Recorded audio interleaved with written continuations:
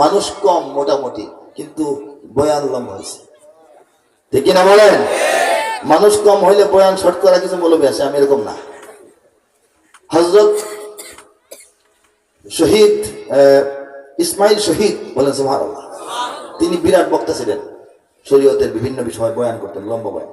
এক মাহফিলে আমাদের লাখ লাখ লোক বয়ান করছেন, পরে যখন যাইতেছেন মাহফিল ভাঙে গেছে, মানুষও যায় উনিও যান, এক বুড়া লোকের সাথে সাক্ষাতেছে, বুড়া লোকের সাথে।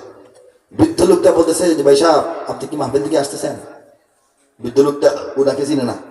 উনি বললেন জি চাচা, আমি মাহফিল থেকে আসতেছি। মাহফিল ভাঙে গেছে? ভাঙে গেছে। ইসমাইল শহীদ সাহেব বয়ান করে ফেলছে? করে ফেলছে। আহা, দূর থেকে রওনা হয়েছিলাম, পৌঁছতে পারলাম।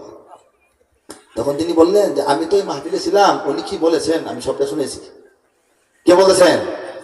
বক্তা নিজেই বলতেছেন, আমি তো মাহফিলে ছিলাম, উনি যা যা বলেছেন আমি সবটা শুনেছি। এখন চাচা